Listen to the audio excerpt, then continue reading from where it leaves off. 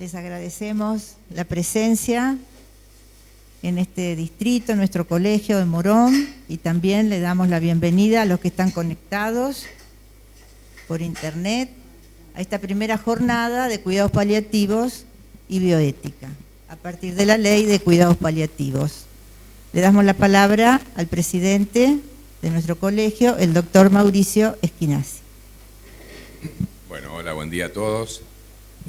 Muy contento de tenerlos entre nosotros. La verdad que les quiero dar una cálida bienvenida. Puede ser que seamos pocos, pero no solamente los que están por Zoom, sino también esto va a estar grabado, se va a hacer por YouTube, se va a subir, se va a viralizar, así que vamos a tener una amplia gente que está esperando las conclusiones de esto, porque yo presidiendo Confemeco, o sea, todos los colegios y consejos del país, tuve la oportunidad de transmitirlo y están esperando con ansias los resultados de esto. No es casualidad que hayamos empezado con cuidados paliativos, ¿no? Primero, agradecimiento. Agradeciendo a Silvia Oger, la coordinadora de bioética, a los integrantes, Norberto Felsi, Patricia Kusaki, Emilio Tujender, por supuesto, a todos los que van a disertar. La verdad, el agradecimiento por estar ustedes acá, por disponer un poco del tiempo. Además sabemos que son orgullosamente gente de hospital público, cosas que también nos orgullecen muchísimo a la gente del Colegio Médico. Así que simplemente decirles algo sobre el tema de cuidados paliativos. Nuestro colegio hace 15 años ya lo nominó como especialidad.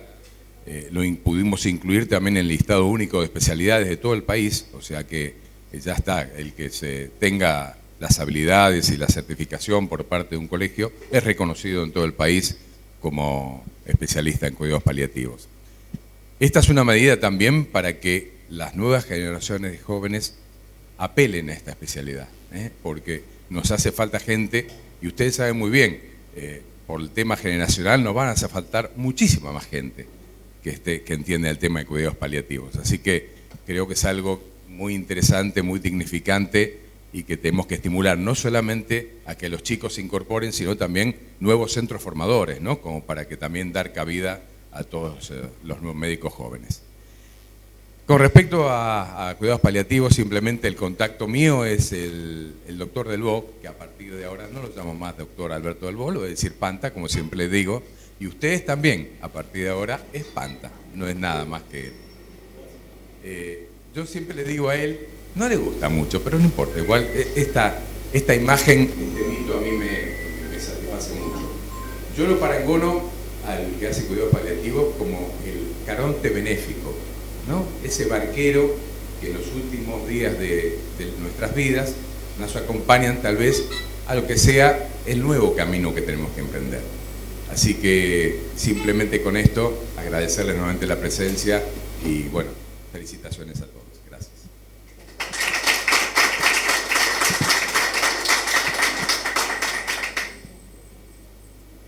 Bien, damos inicio entonces a la primera conferencia del programa, que son los lineamientos principales de la Ley de Cuidados Paliativos y acciones implementadas en el Servicio de Cuidados Paliativos del Hospital Cuenca Alta, doctor Néstor Kirchner. Invitamos a la disertante, doctora María de los Ángeles Milanel. La doctora es médica especialista en clínica médica y cuidados paliativos y en administración hospitalaria, jefa del Servicio de Cuidados Paliativos del Hospital Nacional, doctor Baldomero Sommer, y miembro del equipo de cuidados paliativos del Hospital Cuenca Alta, Néstor Kirchner, directora ejecutiva de la Asociación Argentina de Medicina y Cuidados Paliativos y docente. Expresidente de la Asociación Argentina, exmiembro del Programa Nacional de Cuidados Paliativos del Instituto Nacional del Cáncer y miembro del Consejo de Certificación de Profesionales de la Academia Nacional de Medicina. Adelante, doctora.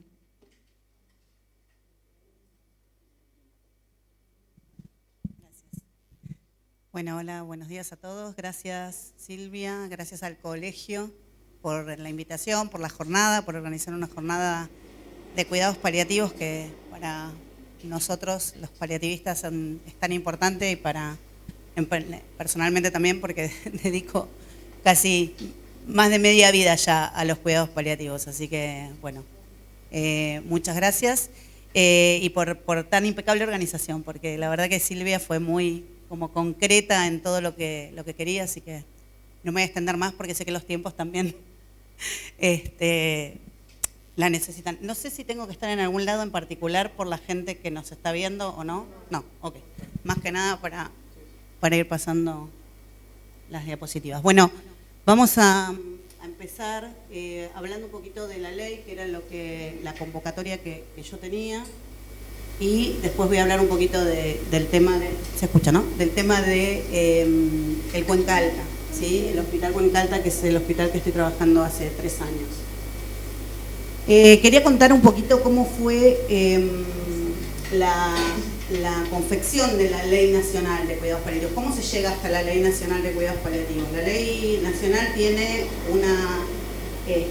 digamos, se declaró en el año 2022, o sea, hace muy poquito, tiene 3 años, y se reglamentó hace 2, ¿sí? En el 2023. La verdad es que hubo muchos proyectos de ley, anteproyectos de ley, siempre caían, no sé, desde el 2008 me acuerdo de estar trabajando en proyectos de ley, siempre tenían una caída parlamentaria. Cuando los proyectos de ley no se tratan en determinado momento, los proyectos caen y hay que volver a empezar con todo. Y en el año 2019, en el Congreso de Salta, el Congreso Nacional, se acerca la asesora del doctor Mario Fiat, que era senador en ese momento por Jujuy, y nos dice que el senador quiere empezar a hablar del tema de la ley de cuidados paliativos nuevamente, ¿no? Entonces volvemos a empezar, y la verdad que fue todo un caminito, ¿no? Desde el año 2019, dice 2109, pero en realidad es 2019, tengo el escrito eso, que lo veo. Hubo diferentes reuniones con el Senado, con los grupos de cuidados paliativos de todo el país, con la asociación, con el Instituto Nacional del Cáncer, hasta que el 15 de octubre del 2020 se da media sanción a la ley nacional, y en el 2020 empieza nuestro derrotero nuevamente. ¿Por qué digo esto? Sí. ¿Yo por qué? No. En el 2020 comenzamos a pensar otra vez que iba a ser una ley que podía perder estado parlamentario. Las leyes, si no se tratan, se votan positivamente en una Cámara. Cuando no se pasan a la segunda Cámara y no se votan, sí tienen un periodo máximo de 2 años para no caer de nuevo el estado parlamentario y tener que volver a empezar. Como el proyecto nos había costado un montón en el sentido de la redacción del proyecto, porque muchas veces, no sé si muchos trabajaron en algún proyecto de ley alguna vez, la verdad es que nos cuesta mucho desde las asociaciones, lo que implica el cabildeo y que se pongan las cosas que realmente son. Porque muchos de los legisladores nuestros tienen asesores, pero no necesariamente todos entienden, ¿sí?, de lo que se trata cuando se trata esa ley. Entonces a veces se escriben cosas que no son las adecuadas para la gente que está trabajando y las necesidades de la gente que esa ley contempla. Entonces, cuando llegamos a coordinar toda la redacción de la ley y estábamos la mayoría de los paliativistas de acuerdo en cómo se había confeccionado, no queríamos que volviera para atrás. Así que empezamos a hacer un montón de campañas desde la asociación, desde el Instituto Nacional del Cáncer y demás, en todo lo que llamamos nosotros cabildeo, advocacy, que tiene que ver con cómo convencer, ¿sí? Tenía que ser votada en diputados, cómo convencer a los diputados para que la pongan, cómo en agenda. Para esto tenía que pasar por el COFELESA. Se presentaron distintas cosas en el COFESA, en el COFELESA. El COFELESA es como el COFESA, pero de los legisladores. Entonces se presentaron en los 2 lugares que eran los que implicaban los cuidados paliativos, para qué servían. Se hizo una campaña de la organización Change.org, que son campañas movilizadoras para que la gente votara y cambiáramos y que pudiéramos llegar al tema de la ley. Y finalmente tuvimos la suerte que en abril del 2022 la diputada Fein, que es una diputada de Santa Fe y que tiene mucho que ver con el desarrollo de los cuidados paliativos en Rosario desde hace muchísimos años, toma la dirección, la presidencia de la Cámara, de la Comisión de Salud de Diputados. Entonces, cuando la doctora Fein llega a esa instancia, que nosotros la conocíamos, empezamos a molestarla para que lo ponga en agenda y para que se pudiera votar. Y finalmente, después de mucho tiempo, creo que me pasé una, el 6 de julio del 2022 se dio quórum para que se pudiera votar la ley y la ley se votó. En realidad empezó el 5 la votación de julio, muchos estuvimos ahí y el 6, a la madrugada del 6 de julio se logra la votación de la ley, casi por unanimidad, fueron 2 votos a favor, menos 1 que fue en contra, que todavía no sabemos muy bien por qué, y pudimos tener la ley. Una vez que tenemos la ley, yo aprendí tanto en estos años de legislación, pero tanto. Una vez que tuvimos la ley, hay que reglamentarla. Igualmente las leyes, por más que no estén reglamentadas, sí están, uno puede insistir con que la ley existe, pero es real que para que la ley implementarse y funcionar tiene que estar reglamentada. Y también tenemos 90 días para reglamentar la ley. Bueno, esto no pasó, no fueron 90 días, fue un poco más, porque al año recién salió la reglamentación de la ley de cuidados paliativos. ¿Y por qué digo que nos costó mucho y por qué me parece importante? La ley es la 27678, es fácil de acordarse porque es 678 y 27 antes, así que es fácil. Porque el objeto de la ley, ¿sí?, que es por lo cual la ley existe, es asegurar el acceso de los pacientes a las prestaciones integrales sobre cuidados paliativos en sus distintas modalidades, en el ámbito público, privado, de la seguridad social y el acompañamiento a sus familias conforme a las presentes disposiciones. Entonces, dentro del objeto, todo lo que sigue, ¿sí?, tiene que ser como funcional a ese objeto. Y lo que nosotros debatimos bastante fue cuál era la definición de cuidados paliativos. Por ahí, los que tenemos mucho recorrido sabemos que las definiciones de paliativos fueron variando, ¿no? Al principio se hablaba de cuidados paliativos para fin de vida y últimos días de vida. Y yo cuando empecé a hacer cuidados paliativos hace muchos años, la definición pasaba por pacientes que estaban en un proceso de final de vida con una enfermedad grave, que tenían que tener un pronóstico de vida de 3 a 6 meses. ¿Sí? Y esa era la definición hace 25 años atrás. Entonces, la verdad es que eso fue variando con el tiempo. En los últimos años hubo muchas nuevas definiciones de cuidados paliativos hasta que se llega a esto de atención integral, ¿sí?, de los pacientes o de las personas con enfermedades graves. ¿Sí? Obviamente con un pronóstico a veces limitado de vida, pero no ya con esto de los 3, de los 6 meses, como no. Los pediatras saben mucho de esto porque en realidad hacen cuidados paliativos a veces por muchos años. Entonces, no era una definición la anterior que abarcara todo el colectivo real de lo que está pasando además a nivel mundial con la epidemia de la cronicidad. Entonces, se fueron variando y se fueron cambiando las definiciones. Y volviendo a la ley, lo que dice es desarrollar una estrategia de atención interdisciplinaria centrada en la persona. Esto me parece importante porque lo de centrado en la persona es algo que también viene de distintos ámbitos de la medicina, no solo de cuidados paliativos, sino de cuando uno habla de calidad, de cuando uno habla de un montón de otras esferas, siempre se habla de la atención centrada en la persona. Y que atienda las necesidades físicas, psíquicas, sociales y espirituales de los pacientes que padecen enfermedades amenazantes, y el I.O., limitantes para la vida, también fue importante, porque en realidad aprendimos mucho con la pandemia del 2020, del COVID, y el COVID era una enfermedad aguda, y era una enfermedad que muchos paliativistas terminamos atendiendo porque era una enfermedad muchas veces mortal. Entonces, era una enfermedad grave, era una enfermedad aguda, no fue crónica, sin embargo, los cuidados paliativos tuvieron una importancia a nivel mundial relevante, ¿sí? ¿Por qué? Por la experiencia que tenemos en atender fin de vida y síntomas. Entonces, me parece que este palito que tiene en el I.O. fue difícil en los debates, ¿sí? Pero la verdad que estuvo bien ponerlo en la ley. Y después promover el acceso a las terapias, tanto farmacológicas como no disponibles, basadas en evidencia, siempre en la evidencia científica y aprobadas en el país. Promover la formación profesional, digamos, en la ley se trató de meter todo, ¿no? Desde el punto de vista de cómo sería la implementación de equipos, ¿no?, y de servicios de cuidados paliativos, y también el tema de la formación. cómo nos tenemos que formar para ser paliativistas, ¿sí? Estas son las dos definiciones que hay, ¿no? ¿Cuál es la definición que quedó en la ley? Modelo de atención que mejora la calidad de vida de pacientes y familias que se enfrentan a los problemas asociados con enfermedades que amenazan la vida a través de la prevención, alivio de sufrimiento, por medio, ¿no? ¿Y cuáles son las enfermedades que amenazan la vida? Enfermedades amenazantes y o limitantes, aquellas en las que existe riesgo de muerte, ¿sí? Y que en general se trata de enfermedades graves y o crónicas complejas, progresivas y o avanzadas, ¿sí?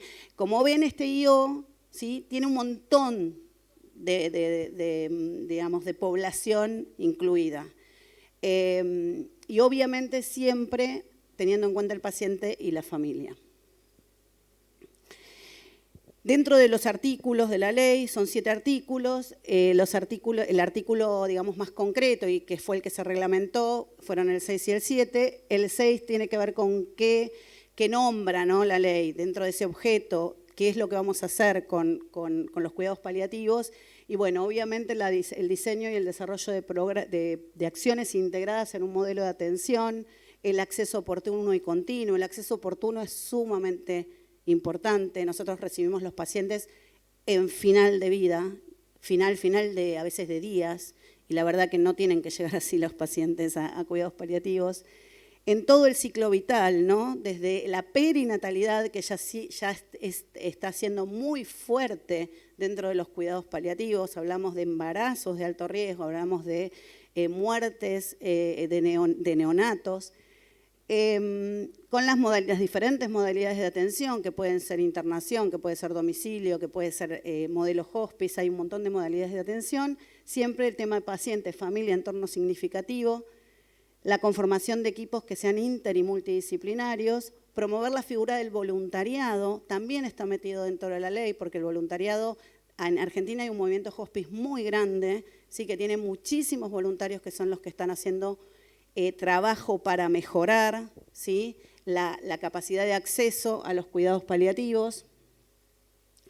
El acceso a medicamentos esenciales, esto también está incluido dentro de la ley, especialmente los analgésicos opioides. Fomentar la capacitación y formación de cuidados paliativos.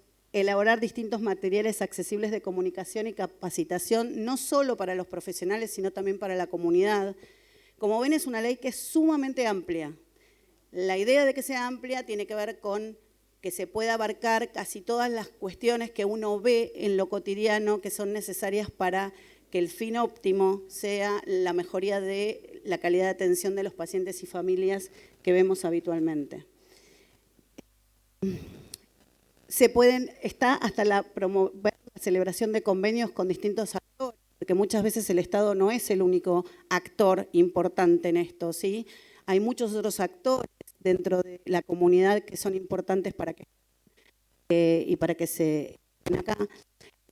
6, que es el que nombré como muy rapidito, que tiene todas las acciones que tenemos que hacer en paliativos, desde la educación, y está nombrada la educación de grado, la de posgrado, la especialización y la educación que no necesariamente tiene que ser especialización, pero sí que los profesionales tengan una base de cómo asistir a un paciente en estas condiciones, que cada vez son más, ¿sí? Lo único que no tiene la reglamentación es presupuesto, ¿sí?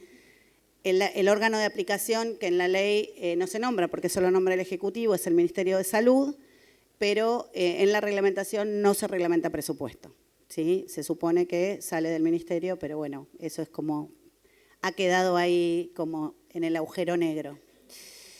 Hay varios complementos de la ley, ¿sí? La ley no nace solo de repollo, sino que hay muchas cosas. Lo que es importante entender es que por más que tengamos leyes, si no las hacemos cumplir y nosotros tampoco las conocemos, la verdad que no nos sirve mucho, ¿sí? Hay una ley que es la Ley Nacional de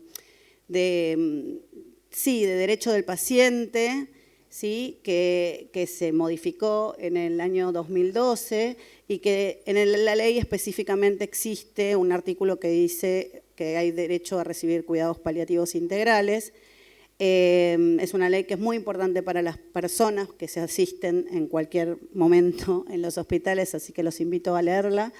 El plan médico obligatorio contempla los cuidados paliativos, está bueno, el programa nacional como tal desde el año 2016 y hay normas de atención y funcionamiento que fueron recategorizadas en el 2016, pero que son hechas del Ministerio de hace mucho y que la verdad que el Cuenca Alta empezó con cuidados paliativos en el año 22, o sea que ya la ley estaba ahí, ¿no? Estábamos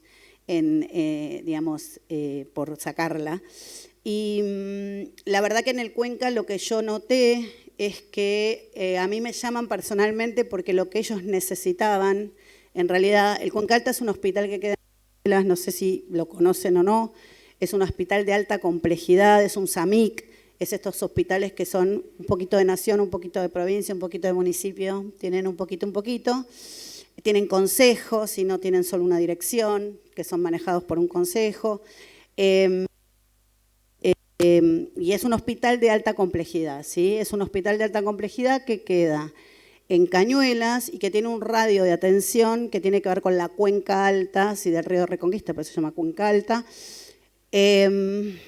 Y los municipios, ¿sí? Pertenecientes a la red de atención del Cuenca son Presidente Perón, Las Heras, Marcos Paz y San Vicente. Pero es un hospital que estratégicamente está ubicado en rutas de acceso muy rápidas, que son las 6 y la autopista 6 a Cañuelas, con lo cual la verdad es que recibimos muchos pacientes de Seiza, muchos pacientes de Matanza que vienen por ruta 6, pacientes por ruta 3, pacientes de Merlo que vienen por la ruta 3, Lobos, ¿sí? Monte, que también es la ruta 3 para el sur. Entonces, la red es la red, pero a la vez los pacientes que llegan no son solo de la red, ¿sí? Y la verdad que el Cuenca se creó como para asistir a la red, pero asistir a la red en la alta complejidad. Pero ¿qué pasa? La red es una red endeble y con muchos agujeritos. Entonces, ¿qué pasó? Cuando se genera el Cuenca, esto lo digo yo desde laburar adentro, la verdad que es la percepción que tengo, el Cuenca absorbe un montón de cosas que los otros municipios deberían mejorar y nunca las mejoraron, porque como está el Cuenca, entonces llegan las neumonías, llegan las faringitis, llegan, ¿no? Y desde cuidados paliativos, y ahora me voy a dedicar un poquito a lo que me dedico yo, la verdad es que no hay equipos formados en ningún lado. O sea, en el corredor de las 6 está el SOMER, que por suerte nos queda cerca, o sea, son 60 kilómetros pero de ruta, entonces muchos pacientes que son de Las Heras o Marcos Paz terminan en el SOMER a veces, porque yo los recibo en Cuenca, pero prefiero que vayan al SOMER porque el Cuenca sigue siendo alta complejidad y muchos pacientes, la verdad que ya cuando están en cuidados paliativos específicamente no tiene ningún sentido que estén en el Cuenca. Ahora se generó hace muy poquito un equipo que es muy, muy nuevito, que están ahí como tratando de generar un equipo mínimo en Las Heras, que es como intermedio, pero la verdad es que no hay mucho más. Hay equipos chicos que, bueno, Romy está en uno ahí en San Vicente, en Ezeiza, como se puede, pero es como se puede, y esto es lo importante, porque la verdad que no debería ser como se puede, porque los pacientes siguen estando mal y siguen requiriendo y siguen necesitando. Y hay una persona que murió hace muy poquito, hace una semana y pico, que se llamaba Balfour Mont, que es un médico canadiense que generó los cuidados paliativos, fue uno de los primeros en acuñar el término cuidados paliativos. Y él decía que los pacientes de cuidados paliativos son los más enfermos del sistema, los pacientes que más cuidados tenemos que tener, ¿sí? Sin embargo, son los pacientes más relegados en muchos sistemas, en la mayoría, digamos. No acá, a nivel mundial también. Entonces, bueno, esta zona realmente es una zona difícil. Cuando me llamaron era para que intentemos generar un equipo de trabajo. No es un servicio de cuidados paliativos. El SOMER sí tenemos un servicio de cuidados paliativos con un equipo interdisciplinario. El Cuenca somos 2 médicas de cuidados paliativos y los equipos soporte, digamos, salud mental, hay una psicóloga que nos ayuda y nos acompaña, pero no es lo mismo que tener un equipo de trabajo interdisciplinario, ¿sí? Y lo que hacemos siempre es tratar de mejorar los síntomas, tratar de atender un poco a las familias, pero es un trabajo mucho más desordenado del que uno quisiera, ¿sí? Porque siempre estamos corriendo atrás de la urgencia. Entonces, ¿qué hacemos dentro del hospital? Hacemos interconsultas. En la idea igual del ingreso de cuidados paliativos al hospital, de la dirección en ese momento, era tener otra mirada de los pacientes, de estos pacientes dentro del mismo hospital, ¿no? Cambiar un poco a los profesionales de alta complejidad en la urgencia, a pararse un poco más y mirar de otra manera, ¿sí?, a las personas que estaban asistiendo. Y en realidad se fue cambiando bastante la cultura organizacional en eso. Esto ya lo dije y me voy a terminar en esta filmina que tiene que ver con un FODA, que se me ocurrió hacerlo hoy a las 6 de la mañana, porque dije, ¿qué voy a poner?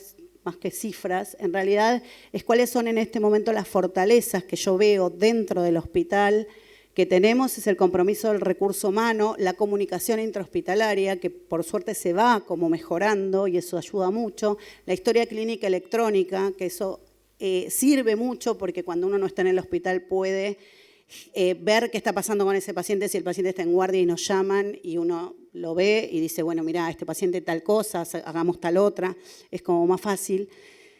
¿Cuáles son las oportunidades? Hay recursos humanos comprometidos en cuidados paliativos dentro del hospital, no las profesionales que vamos, que si no, no iríamos, sino el resto del hospital. Hay muchos profesionales que se han comprometido y que han trabajado. De hecho, muchas de las clínicas hicieron el curso de cuidados paliativos para poder acompañarnos mejor en la atención de los pacientes.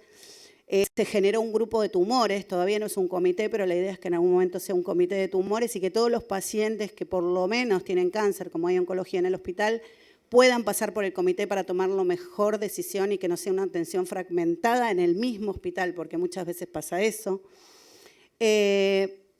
Muchos servicios que están abiertos y hay muchas residencias en el Cuenca y la verdad que la residencia es un semillero importante para enseñar, es un semillero importante para que puedan ir aprendiendo desde muy chiquitos distintas cosas.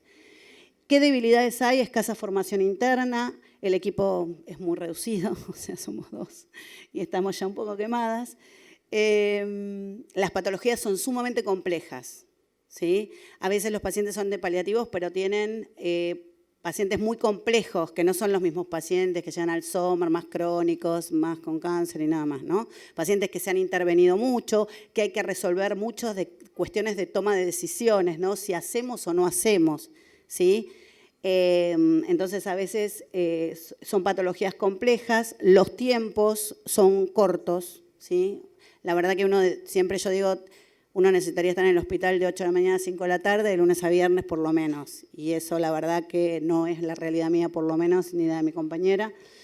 ¿Y qué amenazas vemos? Que hay escasos equipos de cuidados paliativos en alrededor, ¿no? En la red no hay casi equipos de cuidados paliativos.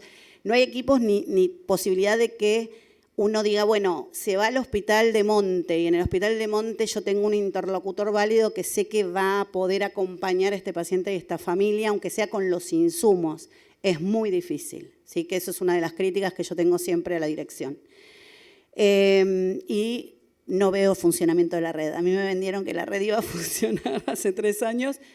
Todavía estoy como en la dulce espera de que la red, por lo menos para esto, funcione. Y termino ya. Ella es Mariela Bertolino, ¿sí? Ella es mi mentora, mi madre, mi todo en cuidados paliativos, aparte de ser amiga personal. Falleció la semana pasada.